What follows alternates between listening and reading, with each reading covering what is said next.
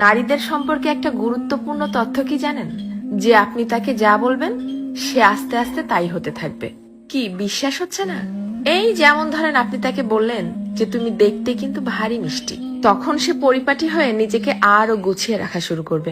আপনি যদি তাকে ভালো বলেন সে আরো ভালো হতে থাকবে। আপনি যদি বলেন যে তোমার মনের মধ্যে অনেক মায়া, ভালোর জন্য তুমি নিমেষেই যে কোনো কিছু কুরবানি দিতে পারো, তখনও সে সেটা রপ্ত করতে শুরু করবে।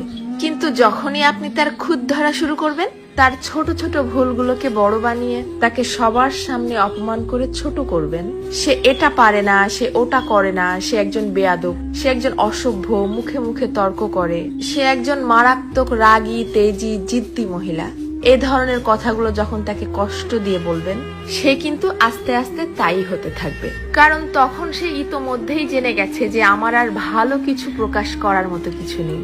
সবার সামনে যেহেতু আমি খারাপ হয়েই গেছি, তো আরো খারাপ হয়ে যাই, তখন আর সে কোনোভাবেই কারোর সামনে নিজেকে সঠিক প্রমাণ করার প্রয়োজনীয়তা অনুভব করবে না। সে ধরেই নিবে যে কেউ আমাকে ভালো বললে ভালো, আর না বললে আরো ভালো। কে বুঝলো বা বুঝলো না এটা নিয়ে আর মাথায় ঘামাবে না। এইটুকু তার ঠিকই বোধগম্য হয়ে যাবে যে আমি সবাইকে সম্মান দেখিয়ে লাইনের পেছনেই দাঁড়াই অথবা সামনে, সব অবস্থাতেই আমি খারাপ। আর এভাবেই আস্তে আস্তে আপনি তাকে হারিয়ে ফেলবেন। আর একজন নারী কখনোই একদিনে বা একটা কারণে নিজেকে সরিয়ে নেয় না, এর পেছনে থাকে কোটি কোটি কারণ। এজন্যই কথায় আছে না যে কথাতেই জয় আবার কথাতেই ক্ষয়। কারো ভুল ধরিয়ে দিতে হয় একান্তে, সবার গোপনে। আর কারো প্রশংসা করতে হয় তাকে সামনে রেখেই, সবার সামনে।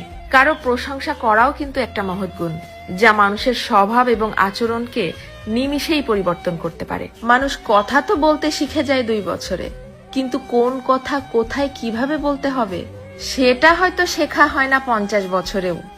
এটাও কিন্তু মানুষের জীবনের একটা বড় ব্যর্থতা।